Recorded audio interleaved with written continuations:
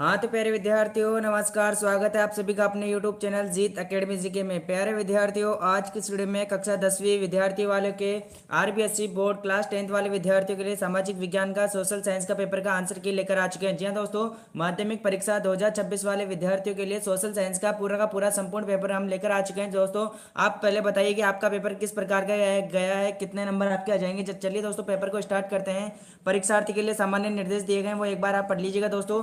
चलिए पहले क्वेश्चन की ओर चलते हैं दोस्तों। फर्स्ट क्वेश्चन आपके सामने रहने वाला है दोस्तों। खंड ए सेक्शन ए आपके सामने बहुविकलात्मक प्रश्नों का फर्स्ट क्वेश्चन है आपके सामने। निम्न प्रश्नों के उत्तर का सही विकल्प का चयन कर उत्तर पुस्तिका में लिखिए। फर्स्ट क्वेश्चन है दोस्तों इसका, यंग इटली नामक भूमिगत संगठन की स्थापना किसने की थी। यंग इटली नामक भूमिगत संगठन की स्थापना किसने की थी, तो इसका राइट आंसर हो जाएगा दोस्तों आपके सामने द जूसेफ मैथ्सनी। इसका राइट आंसर हो जाएगा दोस्तों द। जिस भी बच्चे ने द राइट किया है, इस प्रश्न का आंसर उन बच्चों का राइट आंसर होने वाला है। प्रश्न संख्या 2 है, निम्न में से कहां पर 1890 के दशक में रिंडरपेस्ट नामक बीमारी बहुत तेजी से फैली। प्रश्न संख्या 2 का आंसर हो जाएगा दोस्तों आपके सामने अफ्रीका। जिस भी बच्चे ने अफ्रीका राइट किया है, इस प्रश्न का आंसर उन बच्चों का राइट आंसर होने वाला है। 1890 के दशक में रिंडरपेस्ट नामक बीमारी आपके अफ्रीका में तेजी से फैली थी।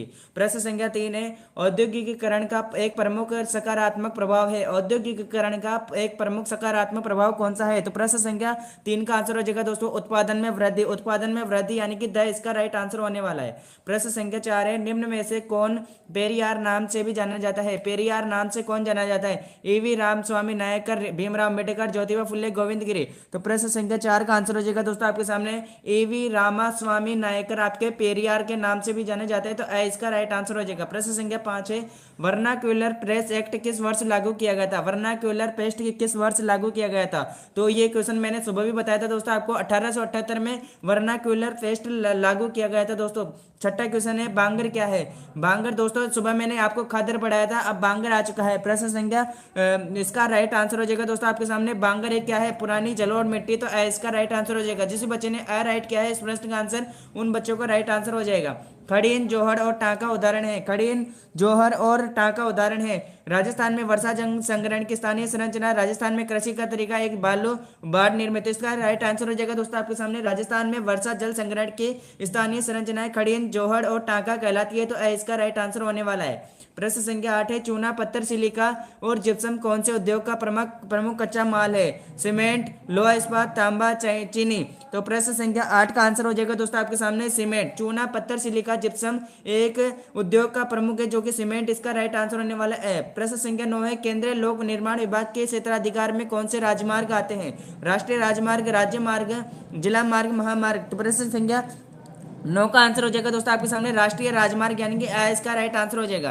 प्रश्न संख्या 10 है, निम्न में से एक शक्ति के ऊर्ध्वाधर वितरण का उदाहरण है। कार्यपालिका, न्यायपालिका, विधायिका, सामुदायिक सरकार। तो प्रश्न संख्या 10 का आंसर हो जाएगा दोस्तों आपके सामने सामुदायिक सरकार। क्योंकि आमतौर पर यह केंद्र, राज्य और स्थानीय सरकार होता है, लेकिन विकल्पों के आधार पर द उपयुक्त माना गया है, तो इसका राइट आंसर द होगा। प्रश्न संख्या 11 है, श्रीलंका स्वतंत्र राष्ट्र कब बना था। श्रीलंका स्वतंत्र राष्ट्र आपके 1949 में बना था, तो इसका राइट आंसर होने वाला है। अगला प्रश्न है दोस्तों आपके सामने। अगले प्रश्न की ओर चलते हैं। अगला प्रश्न है 12वें क्वेश्चन, अधिकारों एवं अवसरों के मामले में स्त्री व पुरुष की बराबरी मानने वाला व्यक्ति कहलाता है। सांप्रदायिक, नारीवादी, धर्मनिरपेक्ष, जातिवादी।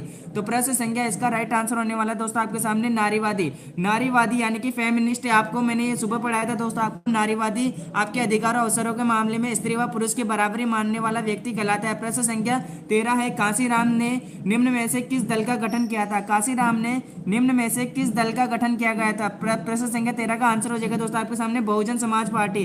बहुजन समाज पार्टी यानी कि इसका राइट आंसर हो जाएगा। प्रश्न संख्या 14 है, भारतीय जनता पार्टी यानी कि बीजेपी ने निम्न में से किसका नेतृत्व किया है। संयुक्त प्रगतिशील गठबंधन, राष्ट्रीय जनतांत्रिक, संयुक्त मोर्चा, वाम मोर्चा। तो इसका राइट आंसर हो जाएगा दोस्तों आपके सामने राष्ट्रीय जनतांत्रिक गठबंधन यानी कि एनडीए। राष्ट्रीय जनतांत्रिक गठबंधन एनडीए का सहारा दिया था आपके भारतीय जनता पार्टी ने। अगला प्रश्न है दोस्तों प्रश्न संख्या 15, निम्न में से कौन सा एक गैर नवीनीकरण संसाधन नहीं है। गैर नवीनीकरण संसाधन नहीं है, तो इसका राइट आंसर हो जाएगा तो आपके सामने दोस्तों जल, जो कि एक गैर नवीनीकरण साधन नहीं है, तो द इसका राइट आंसर होगा। जिस भी बच्चे ने द राइट किया है, इस प्रश्न का आंसर उन बच्चों का राइट आंसर होने वाला है। भारत में साग का सबसे बड़ा स्रोत है। भारत में साग का सबसे बड़ा स्रोत है, तो इसका राइट आंसर होने वाला है दोस्तों आपके सामने। प्रश्न संख्या है आपके सामने 16। प्रश्न संख्या 16 का आंसर हो जाएगा दोस्तों आपके सामने सरकार या बैंक, सरकार या बैंक इसका राइट आंसर हो जाएगा ब। सरकार या बैंक या ये ब इसका राइट आंसर हो जाएगा। प्रश्न संख्या 17 है, यह व्यापार अवरोधक है, निर्यात पर आयात पर आयकर इनमें से कोई नहीं। तो प्रश्न संख्या इसका आंसर हो जाएगा दोस्तों आपके सामने आयात पर, यानी कि टैक्स ऑफ इंपोर्ट पर आपके यह व्यापार अवरोधक है, तो ब इसका राइट आंसर हो जाएगा। प्रश्न संख्या 18 है, आपका पेपर कैसा गया है दोस्तों, जल्द से जल्द कमेंट कीजिए। एक मार्क किस वस्तु पर लगाया जाता है, आपने कौन कौन से राइट किया प्रश्न जल्द से जल्द बताइए कितने राइट हुए हैं। एक मार्क किस वस्तु पर लगाया जाता है, तो आपकी कृषि उत्पादन पर आपके एक मार्क लगाया जाता है, तो सही इसका राइट आंसर होने वाला है। प्रश्न संख्या 2 है दोस्तों आपके सामने, रिक्त स्थानों की पूर्ति कीजिए। रिक्त स्थानों की पूर्ति करना है दोस्तों। 1804 की नागरिक संहिता को आमतौर पर खालिस्तान की संहिता के नाम से भी जाना जाता है। तो इस जिस भी बच्चे ने इस क्वेश्चन का आंसर नेपोलियन किया दोस्तों, नेपोलियन इस प्रश्न का आंसर होने वाला है। नेपोलियन इस प्रश्न का राइट आंसर होने वाला है। जिस भी बच्चे ने इस प्रश्न के आंसर नेपोलियन लिखा है उन बच्चों का राइट आंसर होने वाला है। रेगुर मर्दा का नाम है, तो आपको मैंने बताया था दोस्तों, रेगुर मर्दा को काली मर्दा भी कहा जाता है। सुबह हमारे साथ जो भी जुड़ा होगा उसको ये हूबहू प्रश्न देखने को मिल रहे हैं दोस्तों। बेल्जियम की राजधानी भी मैंने सुबह बताई थी आपको। वन विभाग के अनुसार देश के कुल वन क्षेत्र का हिस्सा है, तो इसका राइट आंसर हो जाएगा दोस्तों आपके सामने 1/3, 1/3, 1/3। जिस भी बच्चे ने राइट किया है इस प्रश्न का आंसर, उन बच्चों का राइट आंसर होने वाला है। प्रश्न संख्या 4 है, बेल्जियम की राजधानी का नाम बताइए। बेल्जियम की राजधानी क्या है दोस्तों, ब्रुसेल्स। जिस भी बच्चे ने इस क्वेश्चन का आंसर ब्रुसेल्स किया है उन बच्चों का राइट आंसर होने वाला है। ब्रुसेल्स इसका राइट आंसर होगा। प्रश्न संख्या 5 है, रेलवे अथवा डाकघर खालिस्तान क्षेत्र के उदाहरण है। रेलवे और डाकघर आपके सार्वजनिक किसके दोस्तों, सार्वजनिक, सार्वजनिक इसका राइट आंसर होगा। सार्वजनिक क्षेत्र के उदाहरण है। इस बच्चे जिस बच्चे ने इस क्वेश्चन के अंदर सार्वजनिक किया है उन बच्चों का राइट आंसर हो जाएगा। प्रौद्योगिकी की तीव्रता उन्नति वह मुख्य कारक है जिसने खालिस्तान की प्रक्रिया को उत्प्रेरित किया है, तो इसका राइट आंसर हो जाएगा दोस्तों ग्लोबलाइजेशन, यानी कि वैश्वीकरण। वैश्वीकरण इस प्रश्न का राइट आंसर होने वाला है। एक बार वापस देख लीजिए दोस्तों, खालिस्तान में पहले में होगा नेपोलियन, दूसरे में होगा काली, तीसरे में होगा 1/3, तो चौथे में होगा ब्रुसेल, पांचवें में होगा सार्वजनिक, छठे में होगा वैश्वीकरण। आगे चलते दोस्तों, अति लघुतरात्मक प्रश्न आपके सामने रहने वाले। अति लघुतरात्मक प्रश्न, निम्न प्रश्न के उत्तर का एक शब्द में पंक्ति में दीजिए। एक शब्द पंक्ति में आपको आंसर देना है। तो फर्स्ट क्वेश्चन है इसका, प्रश्न संख्या 3 का फर्स्ट क्वेश्चन है, वीटो से क्या अभिप्राय है, वीटो से क्या समझते हैं। तो वीटो आपके एक 1804 की नागरिक संहिता आमतौर पर, रुक जाइए दोस्तों, ये खालिस्तान है आपके सामने। तीसरे प्रश्न है, तीसरा प्रश्न का आंसर होने वाला है आपके सामने, रुकिए कहाँ गया तीसरा प्रश्न, तीसरा प्रश्न कहाँ गया है, तीसरा हाँ ये रहा दोस्तों, ये रहा, समस्याओं का वीटो। प्रश्न संख्या 3 है दोस्तों आपके सामने, जागरूकता का अभाव 1960 के दशक में 1960 के कारण दीजिए दोस्तों। आगे चलते तब तक चौथे क्वेश्चन की ओर चलते दोस्तों, इनके आंसर सभी मैं बताने वाला हूँ। अनैतिक व्यापार, व्यापारियों की कालाबाजारी, जमाखोरी, उपभोक्ता परेशान थे। रुकिए दोस्तों, हमारे आंसर थोड़ा सा उल्टा सीधा हो गया है, इसलिए थोड़ा सा रुकिए। हाँ दोस्तों, ये आ गया है। वीटो से आप क्या समझते हैं। वीटो, वीटो किसी प्रस्ताव या कानून को अकेले रोकना, किसी कानून को अकेले रोकना या अस्वीकार करना एक विशेष संवैधानिक अधिकार है, वीटो कहलाता है दोस्तों। प्रश्न संख्या 2 है, मुद्रण संस्कृति से गरीबी जनता को क्या लाभ हुआ है, उदाहरण दीजिए। मुद्रण संस्कृति से गरीब जनता को क्या लाभ हुआ है, तो मुद्रण किताबें बहुत सस्ती होने से गरीब लोगों में उन्हें खरीद सके। उदाहरण के लिए सार्वजनिक पुस्तकालय के कारण ज्ञान तक पहुंच बढ़ी है दोस्तों, मुद्रण की संस्कृति से गरीब जनता तक। प्रश्न संख्या 3 है आपके सामने, मुद्रण की पहली तकनीक किन देशों में विकसित की गई थी, 2 देशों के नाम लिखिए। तो मुद्रण की जो तकनीक है दोस्तों आपके चीन और जापान। जिस भी बच्चे ने इस क्वेश्चन का आंसर चीन और जापान किया है उन बच्चों का राइट आंसर हो जाएगा। मुद्रण की जो तकनीक है वो आपके चाइना और जापान में की विकसित की गई है, तो इसका राइट आंसर हो जाएगा दोस्तों चीन, जापान। अगले प्रश्न है दोस्तों आपके सामने, प्रश्न संख्या 4।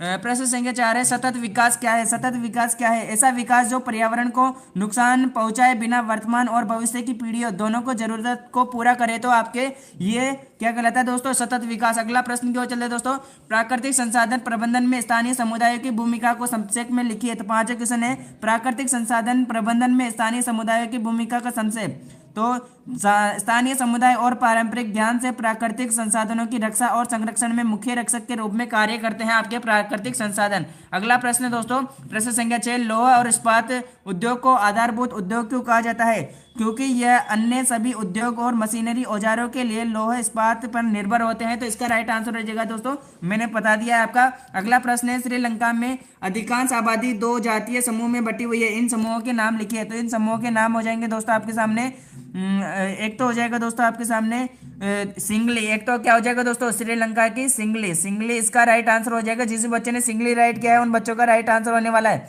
74% तो आपके सिंगली, और 24% आपके तमिल, 18 या 24% आपके तमिल इसका राइट आंसर होने वाला है। जिस भी बच्चे ने इस क्वेश्चन का आंसर सिंगली और तमिल किया है उन बच्चों का राइट आंसर होने वाला है। प्रश्न संख्या 8 है दोस्तों आपके सामने, सांप्रदायिकता के सबसे पुराने स्वरूप का एक उदाहरण दीजिए। सांप्रदायिकता के सबसे पुराने दोस्तों इसका आंसर सुन लीजिए, दंगे और नरसंहार। क्या हो जाएगा दोस्तों इसका आंसर, दंगे और नरसंहार, नरसंहार इसका राइट आंसर हो जाएगा दोस्तों। अगला प्रश्न है आपके सामने, दंगे और नरसंहार और हिंसा भी इसका राइट आंसर होने वाला है। प्रश्न संख्या 9 की ओर चलते दोस्तों। प्रश्न संख्या 9 है, राजनीतिक दल, गठबंधन या मोर्चा से क्या अभिप्राय है? जब चुनाव लड़ने और सत्ता हासिल करने के लिए कई राजनीतिक दल आपस में हाथ मिलाते हैं तो उसे गठबंधन, सरकार या मोर्चा कहते हैं। प्रश्न संख्या 10 है, सिक्कों के चलन से पहले किन चीजों का प्रयोग मुद्रा के रूप में होता था? लिखिए। तो 10वीं का आंसर आपने लिखा होगा, सिक्कों के चलन के से पहले किन चीजों का प्रयोग होता था? आपके अनाज और पशुओं, यानी कि वस्तु विनिमय, वस्तु विनिमय आपने पढ़ाया था दोस्तों मैंने सुबह आपको कि वस्तु के बदले वस्तु देना ही क्या कहलाता है? वस्तु विनिमय कहलाता है, जो कि सिक्कों के पहले चलन था आपके, वस्तु के बदले वस्तु देना। अगला प्रश्न है दोस्तों आपके सामने, अगला प्रश्न है आपके सामने, प्रश्न संख्या 11, अमेरिकी किसान अपने कृषि उत्पादों को असाधारण रूप से कम कीमत पर क्यों बेच सकते थे? तो इसका राइट आंसर सुन लीजिए दोस्तों। प्रश्न संख्या है आपके सामने, प्रश्न संख्या 11 और 12, 11 और 12। तो अमेरिकी किसान उत्पादन को असाधारण रूप बहुत कम कीमत पर बेचने का मुख्य कारण, पहला भारी सरकार सब्सिडी, भारी सरकार सब्सिडी, और दूसरा बड़े पैमाने पर खेती होना ही इस क्वेश्चन का आंसर हो जाएगा दोस्तों। अगला प्रश्न है आपके सामने, प्रश्न संख्या 12, 1960 के दशक में उपभोक्ता आंदोलन के उदय के 2 कारण लिखिए। तो 1960 के उपभोक्ता के 2 कारण हो जाएंगे दोस्तों आपके सामने, पहला अनैतिक व्यापार, अनैतिक व्यापार व्यवहार, और दूसरा खाद्य पदार्थों में कमी। दूसरा क्या हो जाएगा दोस्तों आपके, खाद्य पदार्थों में कमी, खाद्य पदार्थों में कमी इसका राइट आंसर होने वाला है। अगला प्रश्न है दोस्तों आपके सामने, सेक्शन बी लघुत्तरात्मक प्रश्नों का रहने वाला है। 19वीं सदी में कलाकारों ने एक देश को कुछ यूं चित्रित किया और वह कोई व्यक्ति कथन का परीक्षण कीजिए। तो प्रश्न संख्या 4 का आंसर हो जाएगा दोस्तों आपके सामने, 19वीं सदी में राष्ट्रवाद की भावना को जगाने के लिए कलाकारों ने राष्ट्र का मानवीकरण किया। मानवीकरण जिसे रूपक भी कहा जाता है दोस्तों, यानी कि एगोरी कहा जाता है, रूपक कहा जाता है। उदाहरण के लिए फ्रांस में मौर्यन और भारत में भारत माता को एक महिला के रूप में चित्रित किया गया ताकि भावनात्मक रूप से जुड़ सके। अगला है, द्वितीय विश्व युद्ध में शामिल दूसरी शक्तियों के नाम लिखिए। तो द्वितीय विश्व युद्ध में शामिल दूरी है आपके जर्मनी, पहला हो जाएगा दोस्तों जर्मनी, दूसरा हो जाएगा दोस्तों इटली, जर्मनी, इटली और जापान, जर्मनी, इटली और जापान आपके द्वितीय विश्व युद्ध के अंदर शामिल धुरिया शक्ति थी। अगला प्रश्न है दोस्तों आपके सामने, अगला प्रश्न है 6ठा क्वेश्चन, भारत में सिंचित भूमि के बढ़ाने से उत्पन्न समस्याओं का वर्णन कीजिए। तो समस्या का वर्णन आप कर सकते हो दोस्तों। प्रश्न संख्या 6 का आंसर देख लीजिए, जल भराव, लवणता और भूजल स्तर में गिरावट। प्रश्न संख्या 7 है दोस्तों, ऊर्जा की बचत है तो ऊर्जा उत्पादन कथन को संरक्षण की विवेचना कीजिए। तो आप बता सकते हो जो ऊर्जा की बचत करना है, ऊर्जा उत्पादन में वृद्धि है। 8वां क्वेश्चन है आपके सामने, देख लीजिए, आपके अनुसार राजनीतिक जाति अनेक रूप ले सकती है, अपने मत में रूप में संक्षिप्त विवेचना लिखिए। ये क्वेश्चन भी मैंने आपको बताया दोस्तों। प्रश्न संख्या 9 है, आपके मतानुसार विपक्षी दल लोकतंत्र में क्या भूमिका होनी चाहिए, संक्षेप में लिखिए। तो आप मैंने बताया था दोस्तों, आपके यूएनडीपी भी मैंने बताया था दोस्तों, मानव विकास रिपोर्ट सूचकांक वाली जो किन्हीं 2 उल्लेखों का कीजिए, तो आपने लिख ही दिया होगा। 11वां क्वेश्चन देख लीजिए, ऐसे 4 उपायों की सूची बनाई जो कृषि की अतिरिक्त रोजगार का सृजन हो, यानी कि रोजगार गारंटी अधिनियम जो कि आपके 2005 के अंदर लागू हुआ था, वो वाला आपको इसमें लिखना था। 12वां क्वेश्चन है, सकल घरेलू उत्पाद की गणना मध्यवर्ती में किया जाता है, विश्लेषण कीजिए, यानी कि जो प्राइमरी फेज है उसका बारे में बताना था दोस्तों आपको। बहुराष्ट्रीय कंपनी स्थानीय कंपनी के साथ संयुक्त रूप से उत्पादन करती है, इस स्थानीय कंपनी को होने वाला लाभ लिखिए। आपने मैंने बताया था दोस्तों सुबह, आपके मशीन उद्योगों के युग में अंतर्राष्ट्रीय कपड़ा बाजार में स्थिति का परीक्षण कीजिए। ये भी क्वेश्चन मैंने सुबह लेकर आया था दोस्तों आपके सामने।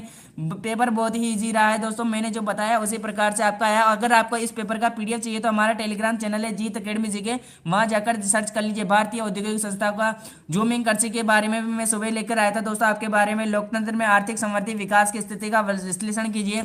अभी थोड़ी देर बाद में आपको प्रूफ देने वाला हूँ। जी हाँ दोस्तों, प्रूफ देने वाला हूँ कि कहाँ से क्वेश्चन मिले। ये रहा दोस्तों, गांधी जी के प्रमुख आंदोलन की विवेचना कीजिए। ये आपके सामने सुबह मैंने बताया, आपको 2 मॉडल पेपर लेकर आया था आपके लिए, उन्हीं में से क्वेश्चन मिले हैं दोस्तों। तो आप क्या कहना चाहते हो, आप जल्द से जल्द बताइए। आप देख लीजिए, संघीय शासन व्यवस्था और 20वां क्वेश्चन देख लीजिए दोस्तों। 20वें क्वेश्चन का आंसर देख लीजिए, मुंबई ये महाराष्ट्र की राजधानी है। मुंबई तो हो जाएगा दोस्तों आपके महाराष्ट्र की राजधानी। और आपके चेन्नई, चेन्नई है दोस्तों आपके तमिलनाडु में, तमिलनाडु में है चेन्नई, तमिलनाडु में आपके चेन्नई है। मुंबई आपके महाराष्ट्र में है। एच कर देता हूँ। बल्लारी आपके, बल्लारी कहाँ पर है भैया? बल्लारी आपके कर्नाटक राज्य में। किसी बच्चे ने कर्नाटक किया है, इस बच्चे का, उस बच्चे का एक क्वेश्चन राइट आंसर हो जाएगा। गोवा आपके, गोवा कहाँ पर अवस्थित है भैया? झारखंड में। गोवा भी आपके झारखंड में अवस्थित है। जो सुबह मैंने बताया वही आपके सामने आया। मुंबई में मैंने बताया है, बल्लारी भी बताया था दोस्तों आपको कर्नाटका। जो भी बच्चा सुबह देख कर गया होगा उसका तो। सिंगरेनी आपके एमपी में है। सिंगरेनी कहाँ पर है? एमपी है। दिल्ली, दिल्ली में है। कोलकाता, कोलकाता में है। रानीगंज भी आपके बताया था मैंने सुबह।